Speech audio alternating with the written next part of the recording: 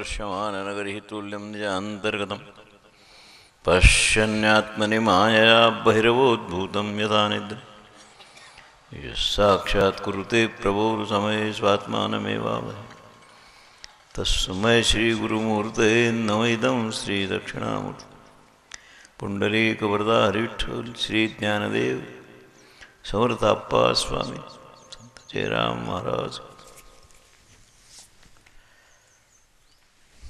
आज आपल्याला अमृतानुभवाच्या पहिल्या प्रकरणातल्या पहिल्या ओवीचा आरंभ करायचा आहे.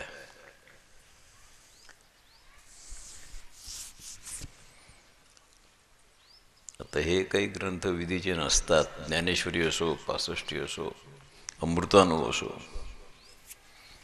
त्यांची स्वतंत्र सत्ता आहे.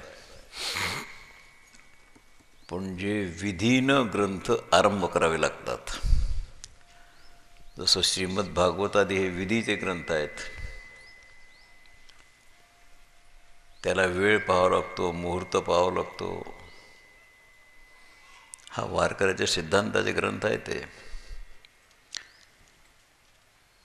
लग्नाचा मुहूर्त पाहावा लागतो, कारण विघ्न येण्याची शक्यता आहे. पण प्रेत यात्रेचा मुहूर्त नसतो.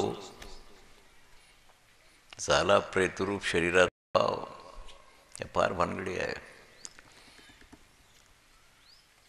तरी वेळेचा प्रभाव असतो. जसं एखादं प्रेत पडलेलं आहे आणि आपण रात्रभर 2-3 तास त्याच्याजवळ बसतो, त्यावेळेला अस्वस्थ असते. त्याची कारणं सायंटिफिकली वेगळी आहेत. त्याप्रमाणे भजनाची वेळ 24 तास आहे, पण वाटू नये. काळवेळ नाम उच्चारिता नाही, पण बाकीच्याला थोडंसं वेळेचं बंधन असते. तिसरा प्रहर पितृकर्माचा प्रहर आहे. म्हणून त्या प्रहरात जी आपल्या पूर्वजांनी, संशोधकांनी, व्यासाधिकांनी व्यवस्था निर्माण केली आहे, जसं आपण सकाळी फ्रेश असतो पहिल्या प्रहराला, असतो की नाही, 6 ते 9. तो प्राणायामापासून मॉर्निंग वॉकपर्यंत काही करा, भजनाची वेळ आहे. 9 ते 12 याप्रमाणे सगळं ठीक आहे. पण 12 ते 3 ही पितरांची वेळ असते. त्यावेळेला मनाची प्रसन्नता नसते. 3 ते 6 देवाची वेळ, पुढे संध्येचा काल. पण पूर्वीच्या पद्धतीप्रमाणे जेव्हा आम्ही तरुण होतो आणि नामसप्ते करत होतो, त्यावेळेला पारायण नव्हतं. ज्ञानेश्वरी पारायण नव्हतं, गाथा पारायण नव्हतं, काही नव्हतं. सकाळी काकडा झाला, गाथ्याचं भजन तासभर, आणि असलं तर सकाळी कीर्तन, नसलं तर दुपारी 4 वाजता ज्ञानेश्वरी प्रवचन आणि रात्री 8 वाजता कीर्तन.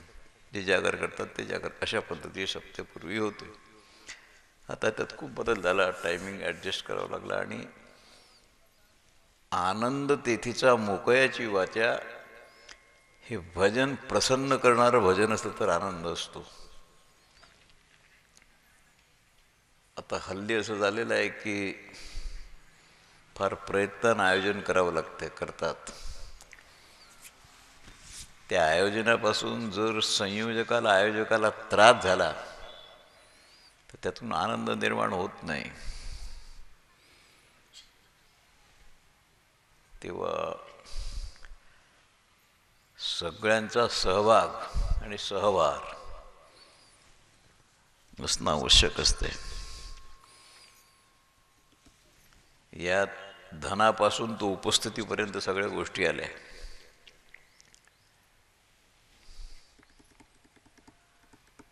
आणि प्रत्येक वृक्षाचे पान हाली ज्याची सत्ता, त्याच्या सत्तेवर चालते. माणूस इच्छा नसून ज्या वेळेला थोडंसं वेगळ्या प्रकारचं बोलतो, त्यावेळेला त्याच्या अंतरात काय सुरू आहे ह्याचा विचार करावा लागतो. लक्षात आलं की नाही? इच्छेच्या विरुद्ध माणसाला कधी कधी बोलावं लागते. आत काहीतरी गडबड आहे. आता पत्रिकेत तर नावं 50 आहेत.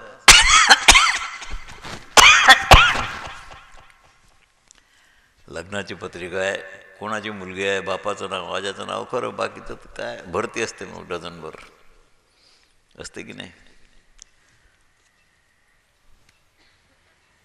म्हणजे बोलू काय काजे बोलू की नाही, तुम्ही म्हणाल तर बोलतो. मी आता आलो ना, त्रस्त माणसाच्या तोंडून कसा शब्द निघतो हे सांगतो. कुठे आहेत महाराज? आहेतच नाही ते मधू आहेत ना महाराज? राहू दे, माझा आवाज ऐकतात.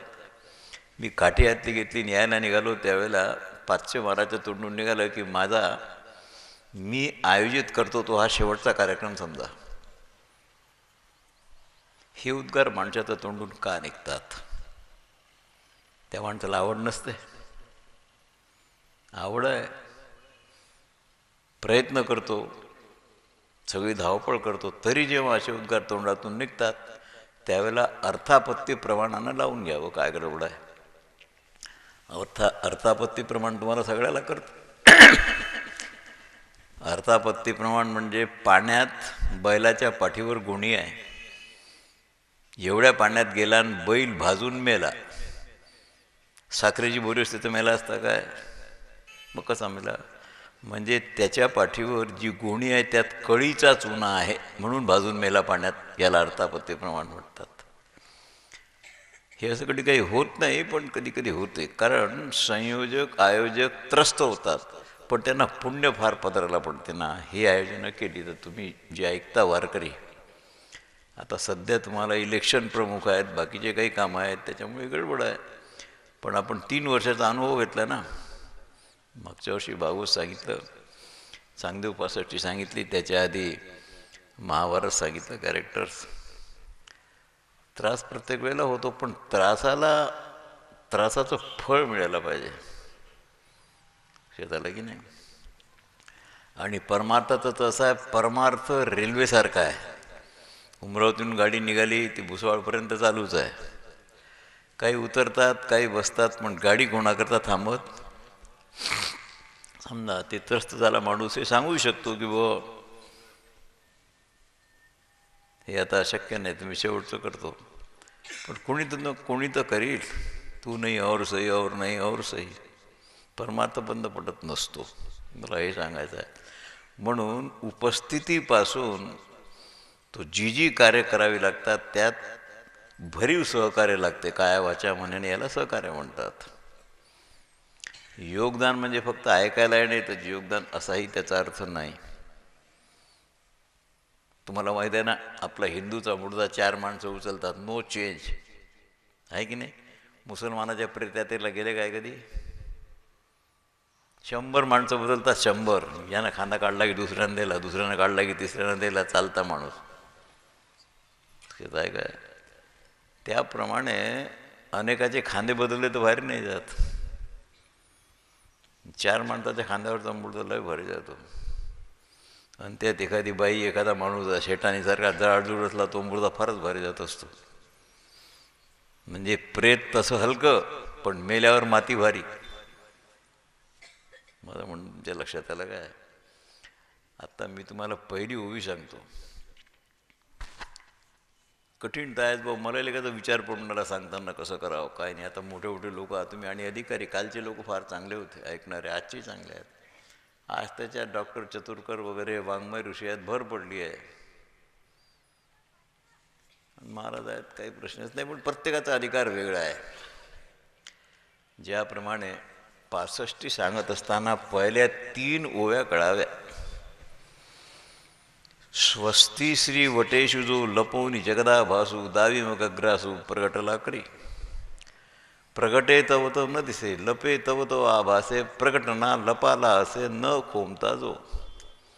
बहु जवजव होय तव तो काहीच न होय, काही न होनी आहे अवघाची जो. ह्या 3 ओव्या माझ्या मते याच्यात 65 आली.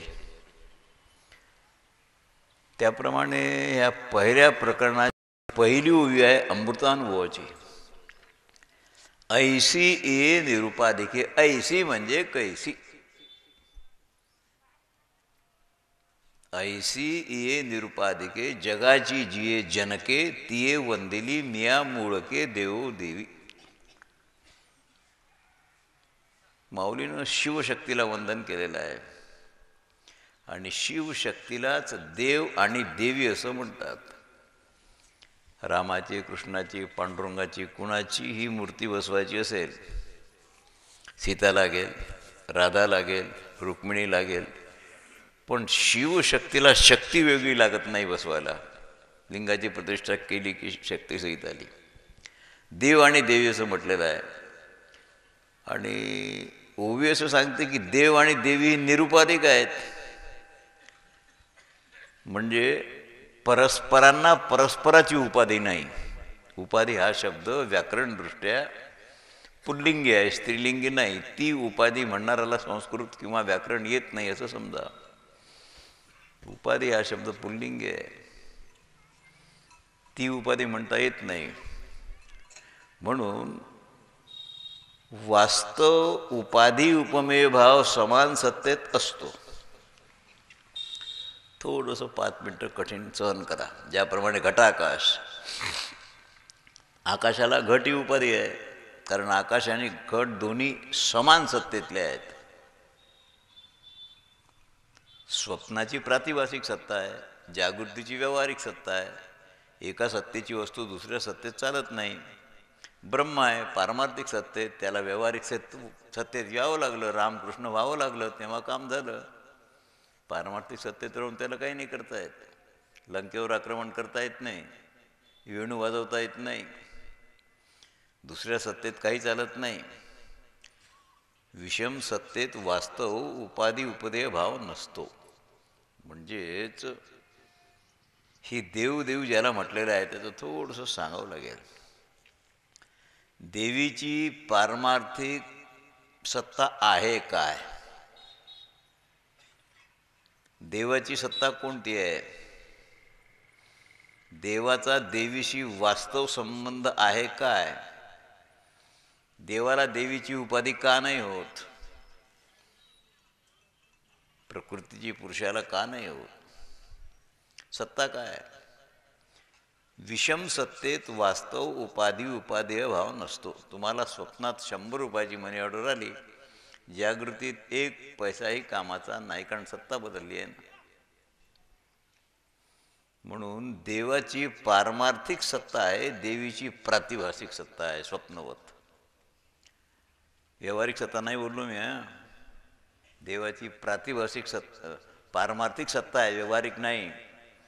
बीजगणित म्हणजे अल्जेब्रा, त्याला कळत असेल, त्याला गणित सोडवण्याकरता क्ष घ्यावा लागतो, बस ती व्यावहारिक सत्ता आहे. सत्ता दोनच आहेत, आयदर प्रातिभासिक किंवा पारमार्थिक. पण गणित सुटत नाही, ते गणित सुटण्यापुरता जसं आपण बीजगणितात क्ष घेतो, गणित सुटल्यावर क्ष राहत नाही, त्याप्रमाणे व्यावहारिक सत्ता राहत नाही. व्यावहारिक सत्ता मानावी लागली. सत्ता दोनच, प्रातिभासिक आणि पारमार्थिक. त्यामुळे देवाचा देवीशी वास्तव संबंध नसल्यामुळे देवाला देवीची उपाधी होत नाही. वास्तव संबंध लागेल ना, एक सत्ता लागेल ना. प्रातिभासिक सत्तेत असल्यामुळे आणि हा पारमार्थिक सत्तेत आहे, संबंध येतो की दिसतो. म्हणून दोघी निरुपाधिक आहेत. हे अध्यात्माचा अभ्यास असेल तर अध्यारोपाच्या दृष्टीतून सांगितलेलं आहे. या दृष्टीनं दोघी जगाचे जनक आहेत. देवी विशिष्ट देव जगाला निमित्त कारण आहे. थोडंसं कळून घ्या. हे जे प्रातिभासिक म्हणजे एक शब्द असतात ना, हे परिचित नसतात, कठीण नसतात. देवी विशिष्ट देव जगाला निमित्त कारण आहे आणि देवादृष्टीत देवी जगाला उपादान कारण आहे. नाही कळलं का रे? तुम्ही तर विद्यार्थी आळंदीच्या, तुम्हाला तर कळावी बावी भाषा. उपादान कारण खरं, हे सगळं खरं. देवीची जड रूपानं परिणाम होत आहे आणि देवाचा विवर्त आहे. अशा मूळ कारण असलेल्या देव आणि देवीला मी वंदन करतो. हा झाला ओवीचा धावता भाव. अर्थात तुम्हाला विवरण सांगतो. या ओवीत माऊलीनं सगळाचा सगळा शास्त्रार्थ सांगितलेला आहे. ही पहिली ओवी म्हणजे भगवान व्यासांच्या जन्मादस्य यतः याचं व्याख्यान आहे. ऐसे ये निरुपाधिके आता विश्वात्मके देवे. आता म्हणजे काय?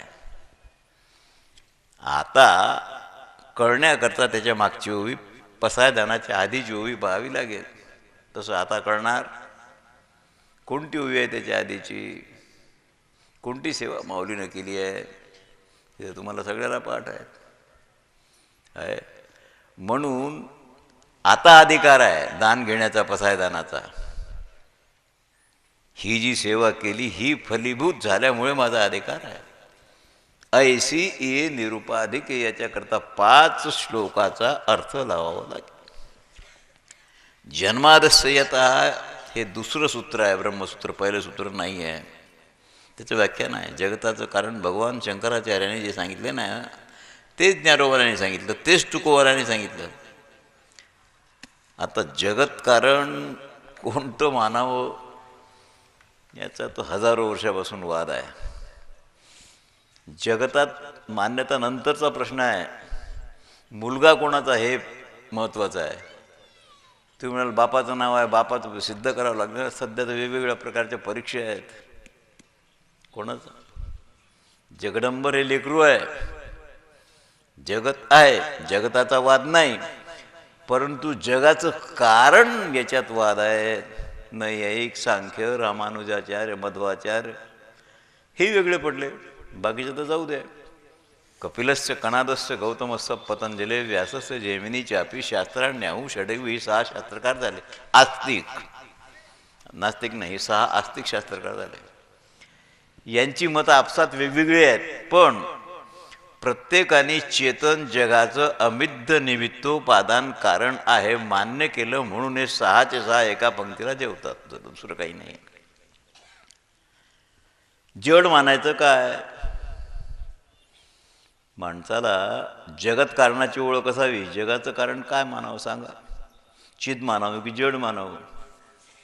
तुम्ही चिद आहा की जड आहा की चिद जड आहा? आपण फक्त जड काय, फक्त चित काय की चित जड काय मानावं? मूर्त जड कारण आहे असं मानणारा एक पक्ष आहे. अमूर्त जड आहे असं मानणारा दुसरा पक्ष आहे. हे 2 पक्ष म्हणजे एक देहात्मवाद आणि दुसरा आहे आरंभवाद. आता योगायोगानंच उद्या परवा म्हणा चिद्विलासाकरता आपण गुलाबराव महाराजचं वाङ्मय पाहिलं, चांदूरलाही बोललो. चिद्विलासाकरता अमृतानुभवात माऊली काय म्हणते हे मी तुम्हाला सांगेन. मग तुम्ही तुमच्या बुद्धीच्या कसोटीवर घासा. ते चित्ती विलासा म्हणा की चित्तस्य विलासा म्हणा, षष्टी तत्पुरुष करा की तुम्हाला वाटेल ते करा. जर अमृतानुभवाच्या कसोटीवर चिद्विलास सिद्ध झाला तर सिद्ध झाला, नाही तर नाही. कारण ही सगळ्यात मोठी कसोटी आहे माऊलीची. 65चं थोडंसं वेगळं गेलं. मूर्त अनेक कारणापासून सृष्टी झाली म्हणणारे देहात्मवादी आहेत. अमूर्त अनेक कारणापासून सृष्टी झाली म्हणणारे आरंभवादी आहेत. आरंभवाद म्हणजे कळाला काय? सुतापासून वस्त्र होते आरंभवाद झाला. दुधापासून दही होते हा परिणामवाद झाला. आणि दोघांचं खंडन आहे. देहात्मवादी पंचभूत मानतच नाही, आकाश मानतच नाही, पृथ्वी आप तेज वायू सांगतो. आणि हे एकत्र आले की आत्मा असं ते मानतात. दोष तर आरंभवादावर येतो ना. आरंभवादी जगाचं कारण अनेक परमाणू मांडतात. अनेक जड परमाणू एकत्र येऊ शकत नाहीत नाहीत नाहीत. कोणाच्या सत्तेने त्यांचा संयोग झाला हे पाहावं लागेल. सावयव आहे काय? अणु सावयव नाही, निरवयव आहे. निरवयवाचा संयोग होईल कसा? याकरता जगाचं कारण परमाणू किंवा भूतही म्हणता येत नाही. चार्वाक, बुद्ध, नैयायिक हे सगळे जड कारणवादी आहेत. एकापेक्षा एक सूक्ष्म आहेत, सांगता येत नाही. चार्वाकानं मूर्त 4 हो ठीक आहे. बुद्धानं आणि नैयायिकांनी अमूर्त परमाणू जगाला कारण मानलं आहे. अमूर्त, मूर्त परमाणू नाही. त्यात बुद्ध परमाणूचा पुंज मांडतात, म्हणजे भूत भौतिक सृष्टी आहे असं मांडतात. आणि नाही एक सुटे सुटे मांडतात. 100 खडकू म्हणजे 1 रुपया मांडतात. 100 खडकवासले तरी रुपया तर झाला नाही. भौतिक सृष्टी आहे. आता एकाचे अनेक झाले मानणारे परिणामाचे ते 2 पक्ष झाले. प्रकृतीचा परिणाम जग आहे, हे फार मोठे आहेत. सांख्य भागवतात सांख्य सगळ्यात मोठे. प्रकृतीचा परिणाम जग असं मानणारे सांख्य, चैतन्याचा परिणाम जग असं मानणारे त्याच्यापेक्षा मोठे वल्लभाचार्य. आम्हाला सगळ्याचं खंडन करायला जड नाही जात, मी माझं सांगतो, पण वल्लभाचार्यांचं खंडन सगळ्यात जड जाते. कारण आपण पंढरीला पाहतो इतर ठिकाणी देवाची शेज करता की नाही. शेज कोणाची असते, एकाची की दोघांची? शेज बहीण भावाची असते की नवरा बायकोची असते? झालं की नाही. पंढरीला शेजारती होते की नाही, शेज आहे की नाही. वारीच्या वेळेला शेज उचलून ठेवतात ना 15 दिवस. वल्लभ संप्रदायात, पुष्टी संप्रदायात शेज कुणाची होती? रुक्मिणीची की राधेची? इथून आरंभ करा. कोणाच शेज आहे? आला की नाही बांधा? तुम्ही मथुरेला जिथे राधेबरोबर लग्न झालं देवाचं, ते स्थळ आजही आहे, 5052 वर्षापूर्वीचं. तिथेही शेज आहे. पंढरपूरला शेज घरात शेज आहे. आपण राई रखमानी म्हणतो की नाही, याचं चिंतन करत जा. राधेची शेज वृंदावनला आहे. पंढरपूरला रुक्मिणी देवीची शेज आहे. आणि दोन्ही शेज खऱ्या आहेत. तुम्ही पुरुष आहात, अष्टदा प्रकृती आहे भगवंताजवळ. बायका त्याच्या 8 म्हणजे भूमी रापवून अलोकम वायू. अष्टदा प्रकृतीला पोचतो 8 बायकांना. मग रुक्मिणीने एखाद्या वेळेला म्हटलं की तुला 8 बायका आहेत, मला 2 नवरे असले तर चालेल का? चालेल का नाही? हा प्रकृती पुरुषाचा देवदेवीचा भेद आहे. हा अधिकाराचा भेद आहे आणि वास्तवाचा भेद आहे. म्हणून हे पक्ष आहेत 2. या पक्षाचा विचार करावा लागेल. वल्लभाचार्यांची पुष्टी उपासना आहे. देवाला पंख्यानं हवा घाला, थंड पाणी पाजा उन्हाळा असला तर, हे अनेक भानगडी आहेत. तेवढ्या अनेक भानगडी आपण वारकरी करत नाही, पण निम्म्या शिम्म्या केल्याशिवाय राहत नाहीत. बोला, देवाला विडा दाखवता की नाही? हो. आपल्या सगळ्यांच्या घरी जो लंगडा कृष्ण आहे, विठोबा रुक्माई आहे उभी की लंगडा कृष्ण आहे, ज्याच्या घरी लंगडा कृष्ण आहे, लड्डू गोपाल आहे, त्याची गॅरंटीनं वल्लभाचार्यांची पुष्टी उपासना आहे. कारण ती आपल्या पूर्वजांकडून 2-4 पिढ्यापासून चालत आली. वारकरी संप्रदायात आपला प्रवेश फार उशिरा झाला, म्हणून आज आपण विठोबा रुक्माई म्हणतो. पण तुमच्या 4 पिढ्याच्या आधी तुमच्या देवारात जे कृष्ण आहेत ते लंगडे आले कुठून? मथुरेहून तरी आले, वृंदावनाहून तरी आले, कुठून तरी आणले का? त्यांची उपासना पद्धत वेगळी आहे. उपासना एक नाही, मार्ग वेगळे आहेत. म्हणून मी आज डॉक्टरला सांगितलं, paths are different, god is one. पण हे खंडन करावं लागते ना. कल्पित खंडन असते. वेदांत शास्त्रात दिसणाऱ्या जगाती संगती लावलेली आहे की जगत कारण स्वीकारलेलं आहे. मला सांगा, तुम्ही वारकरी या सगळे, जे जगत आपल्याला दिसते ह्या दिसणाऱ्या जगाची संगती लावलेली आहे काय, की तसंच आपण जगत स्वीकारलेलं आहे? संगती लावावं लागली. कारण जगाला देवही कारण नाही, फक्त देवीही कारण नाही, म्हणून संगती लावावं लागली. आता काय सांगू तुम्हाला, फार बारीक आहे. देव पारमार्थिक सत्य आहे आणि देवी कल्पित सत्य आहे. मी काल बोललो होतो, ती प्रक्रिया लक्षात घ्या. कल्पित असल्यामुळे देवीची उपाधी देवाला होत नाही. कल्पित आधाराला औषध लागत नाही. आधार असता तर लागेल. देवाची उपाधी देवीला होत नाही, कारण समान सत्य 2 पदार्थ नाही आहेत. एकमेकाला वास्तव उपाधी होऊ शकतील सत्ता असली तर. परमात्म्याची पारमार्थिक सत्ता आहे आणि मायेची व्यावहारिक सत्ता आहे, म्हणून दोघेही निरुपाधिक आहेत. प्रातिभाषिक सत्तावान पदार्थ जर व्यावहारिक सत्तेतील पदार्थाला उपवाद्य होत नाही, तर व्यावहारिक सत्तावान पदार्थ कसा होईल पारमार्थिक सत्तेत? सांगू का तुम्हाला? तुम्हाला स्वप्नात बाई दिसली, स्वप्नस्थ स्त्री जागृतीतल्या पुरुषाची बायको होत नाही, नाही होत. जागृतीतल्या पुरुषाची बायको होत नाही तर संन्यासाची स्वप्नस्थ कशी बायको होईल? आणि संन्यासाची तरी स्वप्नस्थ बायकोला नवरा कसा होऊ शकेल? का? दोघांची सत्ता भिन्न आहे. मायेची किंवा मायरा चैतन्याची तरी उपाधी होईल काय? म्हणून हा सर्व विचार घेऊन ऐसी इये निरूपा देखे हे शब्द आहेत. अनेक नामरूपात्मक जगाला आद्य कारण असल्यामुळे जगाची जिये जनके. आता याच्यावर किती बोला. तो परमात्मा देवी कसा झाला? म्हणजे ड्युअलिटी आहे काय? देवी वेगळी आणि देव वेगळा आहे काय? तुम्ही नवरा बायको आहात, गॅरंटीनं दोन आहात, गॅरंटीनं दोन आहात.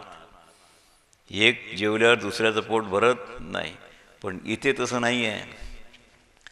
जो प्रियूची प्राणेश्वरी उलथे आवडीचे नि सरोवरी चारुस्थळी एका हरी एका अंगाची. त्यांचं प्रेम इतकं विचित्र आहे. जो शक्तीला प्रिय असलेला देव आपल्या आवडीच्या भरानं शक्तीच्या रूपानं उलटतो, उलटा होतो शक्तीच्या रूपानं.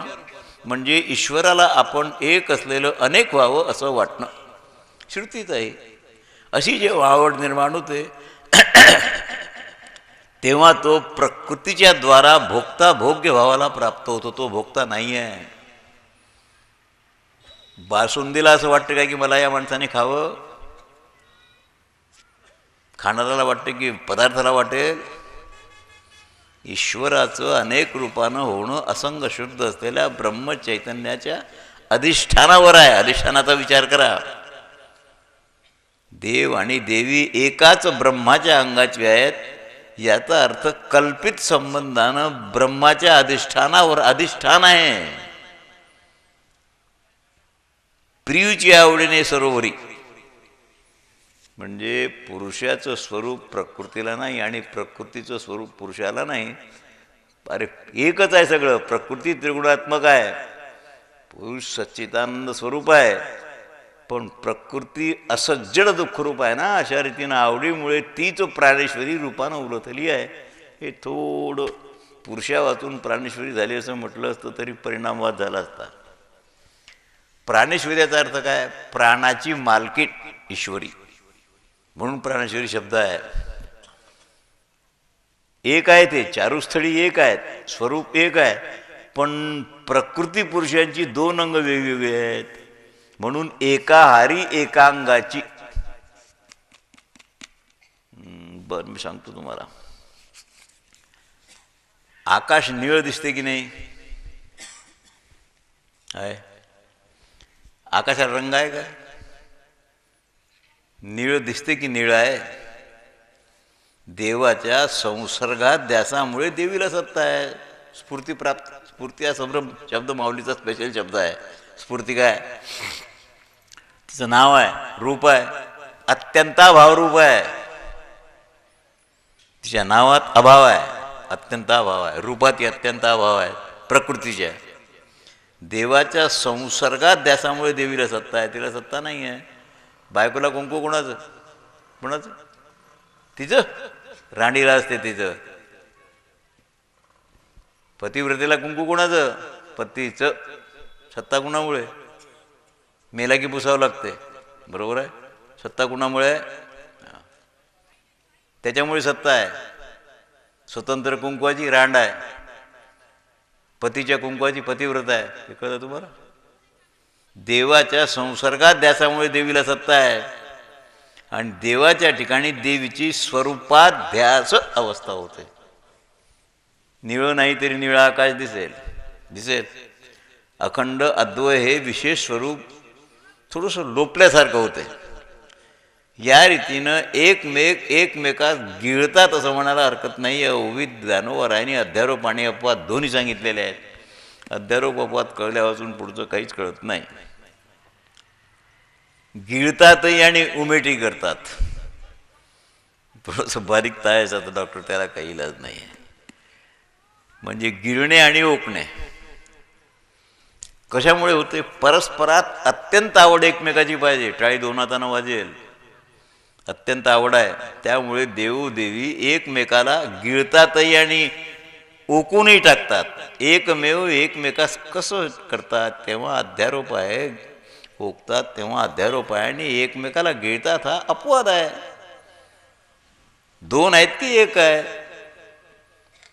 म्हणजे दोन्ही विशेष नसतात आणि दोन्ही सामान्यही नसतात. एक विशेष आणि एक सामान्य. लग्न कधी लागेल? एक स्त्री आणि एक पुरुष. दोन पुरुषाचं लग्न लागत नाही, दोन स्त्रियांचं लग्न लागत. म्हणजे दोन विशेष. कसं विशेष? प्रकृतीच्या विशेषणाला झाला तर पुरुषाला गिळते. परमात्मा प्रतिकूल गिळू लागला की अविशिष्ट परमात्मा राहतो. शिव केवलोहम. तसा शिव राहील काय? तर तुम्ही शंकराचार्याचं वाङ्मय पहा. न च प्राण संज्ञान पंचानिलामे नवा सप्तधातुर्नवा पंचकोशा न वाक्पाणिपादौ न चोपस्थ वायू चिदानंद रूप शिवोहम. गिळलेलं आहे की नाही आहे? प्रकृती परमात्म्याला गिळू लागली की विशेष रूपानं प्रकृती राहते आणि सामान्य रूपानं परमात्मा राहतो. परमात्मा प्रकृतीला गिळू लागला की त्याला परमार्थ म्हणावं. हळूहळू गिळू लागला परमार्थ. पुरुष प्रकृतीला की आपण परमार्थ करतो असं जाणावं, आणि प्रकृती पुरुषाला गिळू लागला की संसार करतो असं जाणावं. ही कल्पना आहे त्याची. कारण परमार्थ करणारा मध्ये पुरुषाचा विशेषपणा असतो आणि संसार करणारामध्ये प्रकृतीचा विशेषपणा असतो. जे संसारिक माणसं आहेत ना, ते यात प्रकृतीचा गुण जास्त आहे. परमार्थ करणारात ईश्वराचा म्हणजे पुरुषाचा गुण जास्त आहे, म्हणून ते परमार्थ करतात. परस्पर एकमेकाला गिळतात. त्याचं कारणच आहे की परमात्माच प्रकृती बनला आहे ना, प्रकृती दुसरी नाही आहे. म्हणून तो आपल्या आवडीनं तिला गिळतो. तुम्ही 25 तोळ्याचे दागिने तुमच्या बायकोला करून देता. तुमची आवड आहे म्हणून करून देता की तिची आवड आहे म्हणून की दोघांची आवड म्हणून? बोला. तुम्हाला ही ड्युअलिटी कळावी लागेल. तुम्हाला सुखस्वरूप असल्यामुळे प्रकृतीला सुख इष्ट आहे आणि पुरुषाला सुख इष्ट नाही, ज्ञान इष्ट आहे. एकमेकाला गिळावं लागेल. द्वैत निर्माण करण्याकरता पुन्हा ते एकमेकाला ओकून टाकतात गिळलेलं. कारण दोघा वाचून व्यवहार होत नाही. व्यवहार सर्व विशिष्टामध्ये होत असतो. परमात्म्यानं व्यवहार केला तो प्रकृतीच्या द्वारा.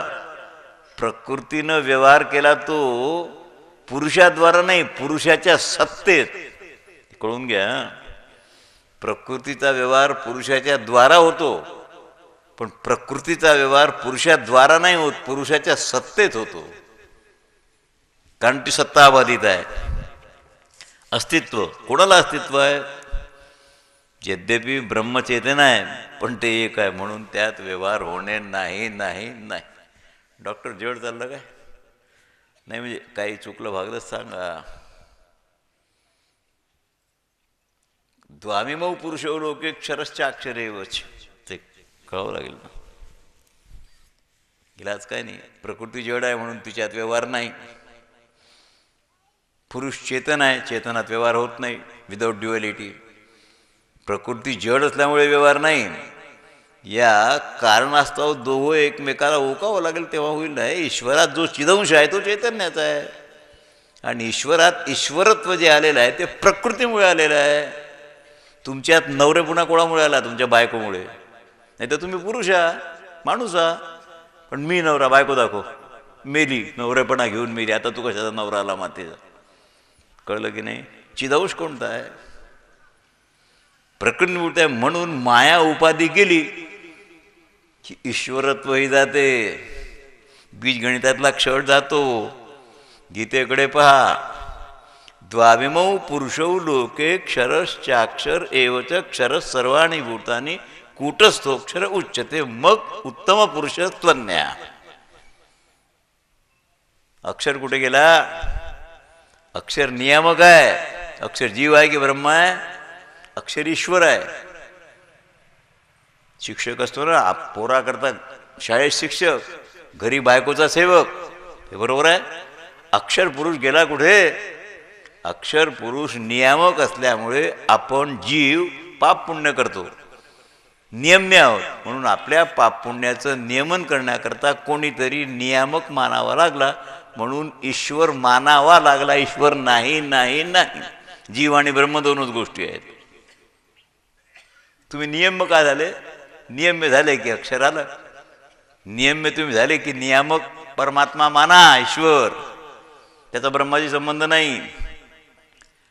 ज्यावेळेला तुम्ही नियम्य राहणार नाही, पाप पुण्य करणार नाही, ब्रह्मरूप व्हाल, त्यावेळेला अक्षर मांडण्याची गरज राहणार. देव आणि देवी हे दोन जगाची मूळ तत्व आहेत. दोघापासून जगाची उत्पत्ती, स्थिती, प्रलय.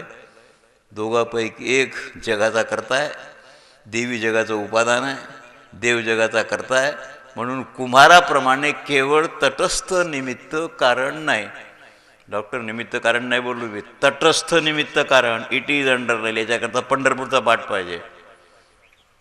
निमित्त कारण नाही बोललो मी. मृत्तिका निमित्त कारण आहे, उपादान कारण आहे, कुलाल निमित्त कारण आहे. घटाचं कारण कोण आहे? उपादान कारण मृत्तिका आहे. निमित्त कारण कुलाल म्हणजे कुमार आहे. पण इथे ते सांगत असताना कुलालाप्रमाणे केवळ तटस्थ निमित्त कारण नाही आहे. कुमाल घटात नसतो, बनवला की वेगळा असतो. मायोपाधिक असल्यामुळे उपाधी प्राधान्यानं तो उपादान कारणही होतो.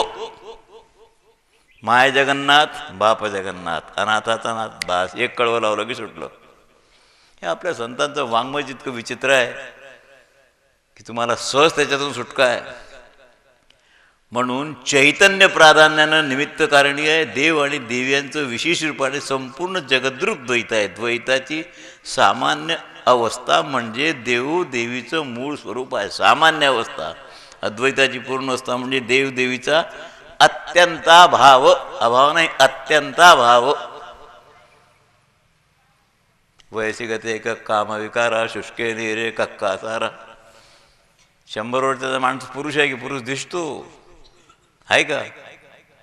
सरोवर आहे, पाण्याचा थेंब नाही. सरोवर आहे की सरोवर म्हणावं लागते? अरे सरोवर म्हणाल तर पाणी पाहिजे ना त्याच्यात. पाणी नाही, मग सरोवर कसं म्हणता? शुष्के निरे कक्का सारा. देवदेवीची विशेष अवस्था म्हणजे जगद्रूप द्वैत. द्वैताची सामान्य अवस्था म्हणजे देवरूप मूळ. हे मला कळून राहिलं, मी सांगून राहिलो, तुम्ही ऐकून राहिलं, पण लग्न काही लागून नाही राहिलं. नाही मामा? बरं साखरपुडे नाही होऊन राहिला काय? मुंडकं नका आलो, कसं होईल?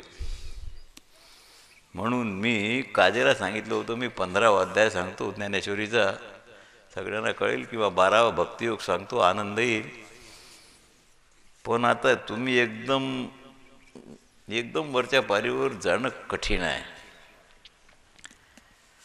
हे जरा नाईलाजानं मला तुम्हाला सृष्टीदृष्टी आणि दृष्टीसृष्टी हे दोन वाद आहेत सांगावे लागेल. सृष्टी दृष्टीहून म्हणजे ज्ञानाहून भिन्न मानता की अभिन्न मानता? पहिला प्रश्न आहे. सृष्टी म्हणजे जगत, दृष्टी म्हणजे ज्ञान. दृष्टी सृष्टी सगळे मानतात. मानतात म्हणजे आतून नाही मानलं तरी वरून त्याच्या बापाला मानावं लागते, वारकरी म्हणून. नाही मुंडकं हलवावंच लागते. लक्षात आलं काय? दृष्टी सृष्टी म्हणजे तुमच्या मनात पदार्थ आल्याबरोबर निर्माण होतो. माझ्या मनात आलं की मी बोलून राहिलो, तुम्ही माझ्यासमोर आहात, तुम्ही आत्ता जन्माला आले म्हणजे आत्ता प्रकट झाले. हे कबूल आहे का तुम्हाला? हे मानतो आम्ही. शंकराचार्य, ज्ञानेश्वर महाराज, तुकाराम महाराज, आपण सगळे दृष्टी सृष्टी मानतो. पण इम्मानानं मनातून मानता तुम्ही म्हणाल महाराज कसं काय? सृष्टी दृष्टी ठीक आहे व जगत आहे दिसते म्हणून आम्ही मानतो. हे सरळ आहे की नाही गणित? सृष्टी दृष्टी सगळेच मानतात. जगत आहे दिसते म्हणून मानता. पण हे उलट आहे ना. नाथागरची उलटी रीत, हे उलट आहे. पदार्थ मनात येतो तेव्हा प्रगट होतो, असा या वादाचा निकाल नाही. पुढे आता सगळे कोणले काय महाराज? भाग्यान आदौ ब्रह्मस्मी अनुभव उदिते खलविदम ब्रह्म पश्चात. खलविदम ब्रह्म हो, पश्चात आहे खलविदम ब्रह्म. पण आदौ ब्रह्म अस्मी अत्यनुभव. हा पहिला अनुभव कोणता आहे? अगोदर मी ब्रह्म आहे कसं? आत्मस्वरूपाचा अनुभव पूर्ण लक्षात आल्या वाचून नुसतं मी ब्रह्मरूप नाही, जगतासहित मी ब्रह्मरूप हे पाहिजे. नुसतं मी ब्रह्मरूप होईल का? ते तर मग माया झाली सगळी. म्हणून प्रथम मी कोण ऐसा करावा विचार म्हणे ज्ञानेश्वर. याचा रात्रंदिवस विचार करीत असावं लागते. व्यापक स्वरूप लक्षात आलं की आपोआप जगत आपल्या स्वरूपाचं काय आहे ते तुम्हाला कळेल. यात उत्तम पक्ष हा आहे. उत्तम सिद्धांत म्हटला म्हणजे ही सृष्टी दृष्टीहून भिन्नाभिन्न उभय कक्षेहून विलक्षण आहे, म्हणजेच अनिर्वचनीय आहे. याला अनिर्वाच्य म्हणा तुम्ही. कनिष्ठ अधिकाराच्या दृष्टीने व्यवहारदृष्ट्या दृश्य आणि दृष्ट्या एकच म्हणता येत नाही. दृष्टा वेगळा आहे, दृश्य वेगळं आहे. मी तुम्हाला पाहतो म्हणून मी तुम्ही एक झालो काय? नाही. पाहणं ही तिसरी प्रक्रिया आहे. अरे बाबा, दृश्य जेदवा नाही तेदवा दृष्टी घेऊन असे काही, आणि दृश्यविण काही दृश्यत्व असे. दृश्य जेदवा नाही, जगतच नाही. जगतच नाही तर पाहणं क्रिया कशी घडेल? पाहणे पण पाहणाराकडे कसं येईल? म्हणजे या त्रिपुटीचा विचार करावा लागेल की नाही. कनिष्ठ अधिकाराची दृष्टी आहे. शास्त्रकार समयानुसार 3 प्रकारचं उत्तर देतात. तात्विक दृष्ट्या दृष्ट द्रष्टा दर्शन ज्ञेय ज्ञाता आणि ज्ञान करता कर्म आणि क्रिया, भोग्य भोक्ता आणि भोग, हे सगळे त्रिपुटी भेद मायाकल्पित आहेत. मायाकल्पित म्हणून योगी दिली तुम्हाला. दृश्य जे देवा नाही ते का? हे भेद आहेत ना. पाहणारा मी पाहून राहिलो, तुम्ही मला पाहता, मी दृश्य, हे भेद मायाकल्पित आहेत, दुसरं काही नाही. म्हणून गडबड आहे सगळी. त्रिपुटी भेद मायाकल्पित, वास्तविक यांचा त्रिविध स्वरूपात भेद नाही. 3 मिळून ज्ञप्ती मात्र वस्तू एक. पाहणं ब्रह्मरूप, पाहतो तोही ब्रह्मरूप, पाहणाराही ब्रह्मरूप. ज्ञानाहून सृष्टी भिन्न जर मानलं ना, तर सृष्टीतील पदार्थ विषयाचं ज्ञान वजा करून सृष्टी हा काय पदार्थ आहे तो ज्ञानाला सोडून भिन्नत्वानं राहून दाखवा. सुषुप्तीत पदार्थाचा अभाव आहे की सद्भाव आहे? अंतःकरण वृत्ती अज्ञानातली नाही. अरे निद्रिताचे उशेशी साप तैशी उर्वशी पदार्थ आहे की पदार्थाचं ज्ञान नाही. जागृतीत कळणे याचं नाव ज्ञान समकाली सर्व पदार्थांना सत्ता प्राप्त आहे. सुषुप्तीत पदार्थांना सत्ता नाही हे उघड आहे. पण स्वप्नात पदार्थ कुठून आला? स्वप्नात पदार्थ आला कुठून? जागृतीत ज्या ज्ञानानं पदार्थ सत्ता आपण कल्पित होते, त्याच ज्ञानानं जागृतीत बाकीच्या लोकांनी पदार्थ सत्ता कल्पिली आहे. काय ज्ञानकालीच पदार्थाची सत्ता आहे की अज्ञानकाली आहे? अबाधित सिद्धांताला कधी विरोध येत नाही. अभावी म्हणजे कल्पनेच्या अभावी सृष्टीचाही अत्यंत अभाव आहे. कल्पनेपासून कल्पीला जो ठेवा तेने पडे गोवा, नेणे हरी हे कळवं लावा. हरिपाठाचं सुटलं सगळं. का? सृष्टी साकार आहे, दोघांचा अभेद सिद्ध करावा लागेल. आता मी तुम्हाला सांगतो, नियम अध्यस्थ पदार्थांना लागू नाही. अध्यस्थ पदार्थांना लागू नाही. दोरी सर्प भासली तरी हालचाल करणे नाही. वारुळात जाणे नाही. सर्प वारुळात जाईल, दोरी वारुळात जाईल काय? स्वप्नस्थ पदार्थाप्रमाणे किंवा रज्जू सर्पाप्रमाणे जागृतीतील सर्व पदार्थ अध्यस्थ आहेत, जागृतीतले बरं, आणि वास्तविक ते साकार सावयव नाहीत. अरे पदार्थाच्या ठिकाणी पदार्थत्वच नाही. मग काय? आपुले मरण पाहिले म्या डोळा, अमरा अमरा खरे की पहा. हे लावून घ्या ना सगळं. गुणधर्मत्व, अध्यस्तत्व, भावनिष्ठत्व, वस्तुनिष्ठत्व. तात्विकदृष्ट्या काय? सृष्टी ज्ञानमय अमूर्त म्हणजे निराकार आहे, साकार नाही. नाही नाही, साकार मानावी लागते. स्वप्नस्थ पदार्थ वास्तविक साकारही नाहीत, निराकारही नाहीत. मग काय? अरे हो, अविद्या दोषामुळे रज्जू सर्पवत त्या काली भासतात फक्त. स्वप्नातली बायको तुमच्याजवळ झोपली, झोपली झालं का काही? बायको आहे काय? बरं तुम्ही तरी आ काय? त्याच्यातलं तुम्ही काय आ काय नाही? तुम्ही आहात, बायको नाही स्वप्नातली. मग कोण आहे? ते काय महाराज, माणसाला झोप लागली. बायकोला सांगितलं, हे पहा, धन्य आहेस तू, जागृतीत तर माझं मन तुझ्याकडेच आहे, पण स्वप्नातही तू दिसते. बायको शहाणी होती, तिने सांगितलं, स्वप्नात मी होती का तुमच्या? जा तिच्याजवळ जा, माझ्याजवळ यायचं काम नाही. तो वडीत मारल्यासारखं. तुम्हाला स्वप्नात मी दिसली ना, ती आवडली ना, जा स्वप्नातल्या बायकोकडे, माझा पिच्छा सोडा. मग आता बोला, सत्ता बोला ना पदार्थाची. सत्यनं कोणता पदार्थ सत्य आहे? जागृतीतला की स्वप्नातला? जरी साकार दिसला तरी साकार साक्षी ज्ञाता सदैव एक रूप असतो. ज्ञान मात्र वस्तू आहे. रामाने प्रश्न विचारला योग वासिष्ठात. वसिष्ठांना जरा विचित्र प्रश्न आहे. मामया सकलम जगत निर्गुणम गुणत भावती ज्ञानमात्रम ही केवलम. स्पष्ट अर्थ आहे. मायामय साकार वस्तूचा निराकार ज्ञानाचा ऐक्यभाव कसं काय संभवतो? सर्व पदार्थात आकाश ओतप्रोत भरलेला आहे. हे बोलणं बरोबर आहे काय? सर्व पदार्थात हो. थांब जरा. पदार्थ आणि ज्ञान दोन पदार्थ कल्पून बोलावं लागते. आत्मैवेदम सर्वम आत्मावा इदमेक वाग्रम आसीत ब्रह्मवेदम सर्वम, आणि मग सर्वम खलविदम ब्रह्म. एकदम सर्वम खलविदम ब्रह्म का? नाही नाही नाही, या श्रुती आहे त्या.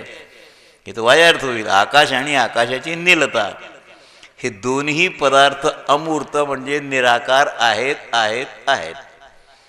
आकाशाची नीलता निराकार आहे तुम्ही मानता, बरोबर आहे ना? पण मी म्हणतो आकाश नाही हे सिद्ध करा पहिल्यांदा, मग नीलता आपोआप राहणार नाही.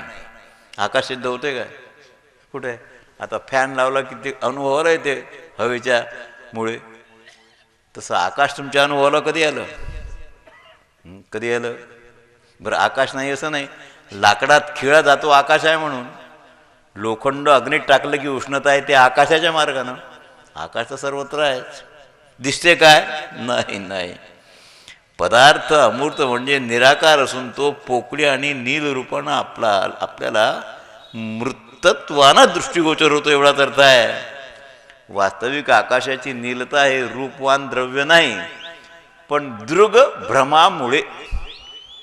मेलेली बायको स्वप्नात दिसते, 10 मिनिटं दिसली, दुसऱ्या दिवशी चष्मा लावून झोपला तर ती काय दिसते? कोणताही चष्मा लाव. कशामुळे दिसली मेलेली? स्वर्गातून आली काय? नाही.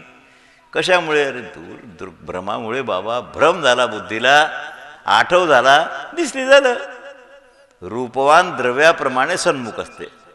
आता तुम्ही म्हणाल की सृष्टी निराकार जर आहे तर दृष्टिगोचर कशी होते? निराकार सृष्टी आहे, दिसते का? पदार्थ का दिसतो? तसं पदार्थामध्ये दृष्टिगोचर होण्याचं काम काय? संकल्पेष्टी लिंगन आत्मदेहम रागिणी.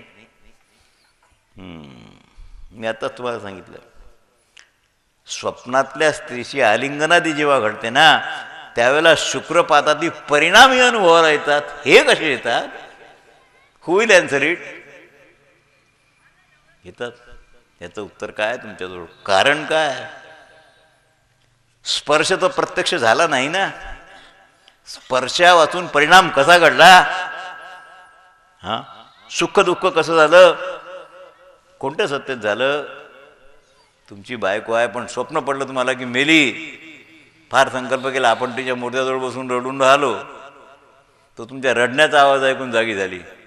काय झालं? अरे तू तर मेली होती, म्हणून रडून राहिलो तुझ्या मुर्द्याजवळ. चायला, मुर्दा तू की मी? रडणं खरं की खोटं? मुर्दा खरा की खोटा? पहिल्यांदा बायको खरी की खोटी हे ठरवा, मग पुढच्या गोष्टी ठरवा. बायको माझी थोडीत खावं लागेल, बायको देवाची. तू माझी म्हणतं, माझे माझे म्हणून या गुंतो गुंतो नेलं तर काही अर्थच नाही त्याला. बायको देवाची म्हणून देव नेतो. तुमची असती तर धरून ठेवा, जाऊ नका देऊ. तो नेल्याशिवाय राहत नाही, म्हणजे नेणाराचे की तुमची भाऊ. किती बदमाशीची भाषा आहे माणसाची. सत्ता कुणाची आहे? आकाशाच्या नीलत्वाचा हा संबंध लावून घ्या. हे का होते? अरे इंद्रजाल आहे.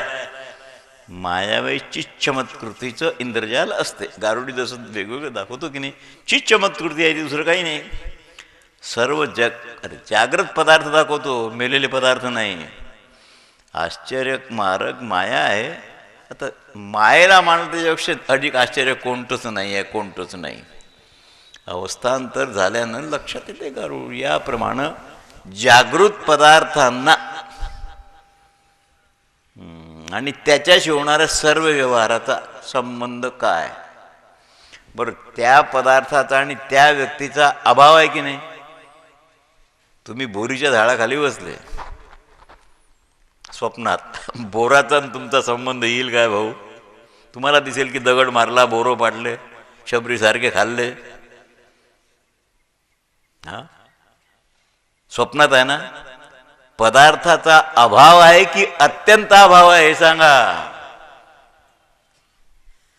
आता हे उत्तर कठीण झालं की नाही? ही तुमची पत्नी, मी म्हणतो अभाव आहे, जाणारी आहे, बायको बायको करू नको. तुम्ही म्हणाला भाव, मी म्हणतो अत्यंत अभाव, बायको झालीच नाही तर जाईल कुठे? झाली हेच खोटं आहे. हा काय तुम्ही जीव झाले खोटा आहे की सत्य आहे? जीव ब्रह्मैव कधी जीव झाले, सारी मेरी झाली लटके वचन. तू का म्हणशील मध्यमुक्त? तू कुवारा म्हणतात, चौसर खेळतात की नाही, सारी म्हणजे गोटी. मग ती गोटी झाली, तिनं गोट्या मारल्या तुमच्या. म्हणजे जन्मली हेही खोटी, मेली हेही खोटी. सारी मेली झाली लटके वचन. तुकाराम महाराज म्हणतात, शीण आहे फक्त, मी बद्ध आहे. मुक्त होता परी बळ झाला बद्ध, घेऊन या छंद माझे माझे. घोटाळा का झाला? माझा आहे काय, तो स्वरूप काय? मग तुम्ही जे बद्ध गॅरंटीनं नाही, अत्यंत अभाव आहे, तरी बद्ध मानता कशामुळे? फक्त छंदामुळे. घेऊन या छंद. माणसाला संसार नाही सोडावा लागत, संसाराचा छंद सोडावा लागतो. चिकटलेला माणूस काय माहित आहे काय? छंदामुळे.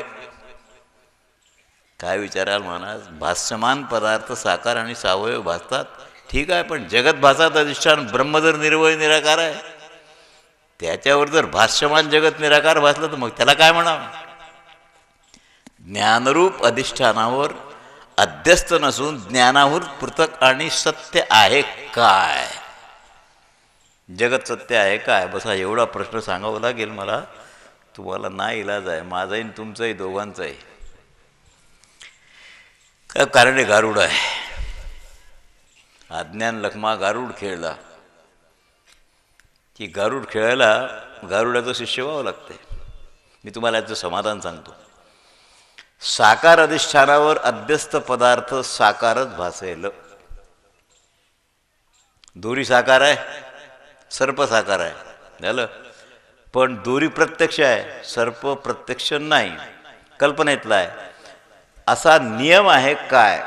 सजातीय पदार्थ भासतो असा नियम नाही नाही नाही. कोणाला मण्याची माळ वाटेल, कोणाला सर्प वाटेल, कोणाला वादी वाटेल. आहे दोरी. तिघांना 3 प्रकार वाटले अधिष्ठान रज्जूवर. मग माळ आहे काय? काय आहे? साकार आणि भिन्न जातीय पदार्थ भासतो. त्याविषयी प्रत्येक दृष्टांत काय? आकाश निराकार असूनही साकार आणि रूपवान अशा निरतेचा भास होतो. झालं. हे मी तुम्हाला वेदस्तुतीच्या प्रकरणात तुम्हाला कळेल. श्रीमद भागवतात सगळ्यात महत्त्वाचा भाग 28 श्लोक वेदस्तुतीचे लास्ट आलेले आहेत. आता वेदस्तुती कोणी सांगणार नाही, फक्त धारुडकर शास्त्र्यांनी 28 श्लोक 28 दिवसात पंढरीला सांगितले 55 साली. तेव्हा मग नीलता कशी वाचते याचं कारण संक्षिप्तता वेगळा आहे जरा. म्हणून शंका पुन्हा पुन्हा येऊ नये. संशयावनी थोर आणिक नाही पाप हो रे, परमार्थिक शंका आहेत ना, एक वेळ मिटल्या की पुन्हा येऊ नये. आम्ही तुम्हाला सांगतो, जगत दिसते तरी नाही, तुम्ही मान आलोत, आपण मन म्हणते की खोटं आहे, काय जेवून नाही राहिलं. भूक तर लागते आहे ना. भूक निराकार आहे, अन्न साकार आहे. निराकाराकरता साकाराचं ग्रहण करावं. मग तुम्हाला पटत नाही पण तुम्ही मान हलवता. एक गोष्ट लक्षात ठेवा, ईश्वराच्या मायामय संकल्पशक्तीला आणि जीवाच्या अविद्यामय कल्पनेला कोणताही नियम आणि कायदा नाही नाही नाही. पुन्हा ही प्रक्रिया सांगतो, पक्की लक्षात ठेवा. ईश्वराच्या मायामय संकल्पशक्तीला, मायामय संकल्पशक्ती कोणाची? ईश्वराची. आणि जीवाची अविद्यामय कल्पनाशक्ती. जीवाची शक्ती आहे कोणती आहे? अविद्यामय कल्पना आहे, कल्पना करतो फक्त. याला कोणताही नियम आणि कायदा लागू होत नाही. कारण कोणत्याही विषयाची नियती ईश्वराचा मायामय जगद्रूपी संकल्प स्पंद असो की काही असो, प्रथम संकल्पाच्या उत्पत्तीला कोणतीही नियती कारण नाही. मग हे उदित कसं होते? संकल्प हा ठरलेला आहे की सैरावेर आहे? तुमच्या गाडीचे बैल आहेत, तुम्ही चालवाल तसे चालतील, घोडे असो बैल असो. पण मोकाट जनावरं तुम्ही संकल्पित आहेत काय? ते कसे चालतील? ते काय रस्त्यानं चालतील काय? नाही. प्रथम संकल्पाच्या उत्पत्तीला कोणती नियती कारण नाही. संकल्प हा सैरावैरा धावणाऱ्या पशुप्रमाणे संभवतो. त्याला कोणताच प्रतिबंध नाही. ईश संकल्पानं ठरलेला कोणताही नियम नाही, मार्ग नाही.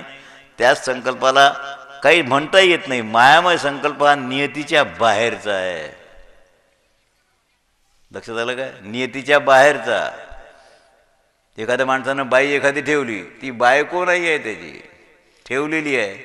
तिचा प्रवेश कुठे आहे? मनात आहे, पण घरात नाही. हे कळून घ्या. नियती काय? कारण नियम ठरवणारा गृहस्थ तो संकल्प. कसं पाहाल? राजानं घातलेली नियती राजाला लागू होते काय? हां, कंडक्टर आहे तुमच्या एसटीत, तिथे बोर्ड आहे, इथे बिडी ओढू नये. तो ओढतो की नाही? तो नियम त्याला लागू आहे की आपल्याकरता आहे? नियम कोणाकरता? ईश्वराकरता की ब्रह्माला नियमच नाही? ईश्वराकरता नियम की जीवाकरता नियम? नियती घालवणारा तोच आणि नियती वाटेल तसं पालटवणाराही तोच.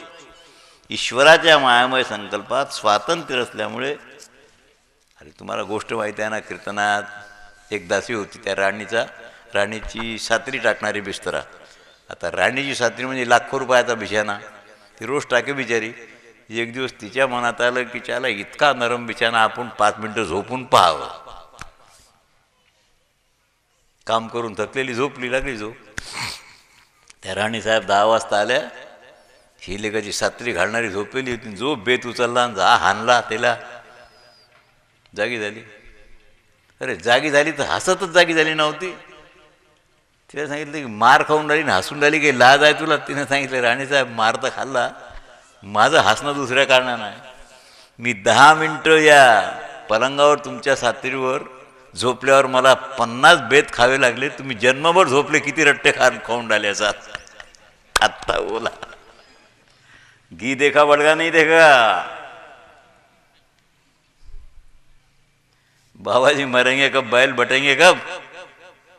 माणूस कसा असतो, एका बाबाजी जवळ एक बैल होता बुवा.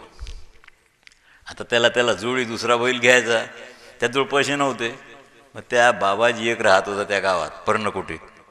त्या बाबाजीने लिहून ठेवलं होतं की बाबाजी मरेंगे तो बैल बाटेंगे. जसं कोणती वस्तू वाटतात, एखादा साधू संत मेला तर, एखादा बुडा मेला तर या बाया तांबे वाटतात, गडवे वाटतात, काही ना काही पोलीसवरनं वाटत की नाही. बाबाजी मरेंगे तो बैल बटेंगे हा लेखाचा रोज दरवर्षी वाटत होता. इस साल बाबाजी मरेंगे बैल मिलेगा, इस साल बाबाजी. तो बाबाजी 25 वर्ष मेलाच नाही, त्याचा बैल मेला पण बाबाजी मेला नाही. आता काय कराल बोला? संकल्प कसा असतो? संकल्पात विकल्पाचा प्रवेश आहे, हे लक्षात ठेवावं. कायदा नाही. या मायामय जागृत रूपी संकल्प स्पंद माऊलीला म्हणत आहे. प्रथम संकल्पाच्या उत्पत्तीला नियती कारण नाही. संकल्प वाटेल तसा धरतो, पण नियतीच्या बाहेर आहे काय? कारण नियम ठरवणारा संकल्प, कायदे निर्माण करणारे, कायदे ठरवणारे आणि कायदे पाळणारे किती भाग झाले? ईश्वराच्या मायामय संकल्पात स्वातंत्र्य असल्यामुळे वाटल त्या गोष्टीचा वाटल तसा विपर्यास कधीही होऊ शकत नाही. पण मायेच्या संकल्पात होतो, कारण नियम नाही. शेंदूर लावून या धोंडा याने बहुत भोगिल्या रांडा. सून सासूची सवत झाली, बहीण भावाचं घर निघाली. संकल्प मायेचा आहे. ऐसा रे कैसा जोगी, जे ठाई जन्मला तो ठाव भोगी. माऊलीचा अभंग आहे. कसा आहे?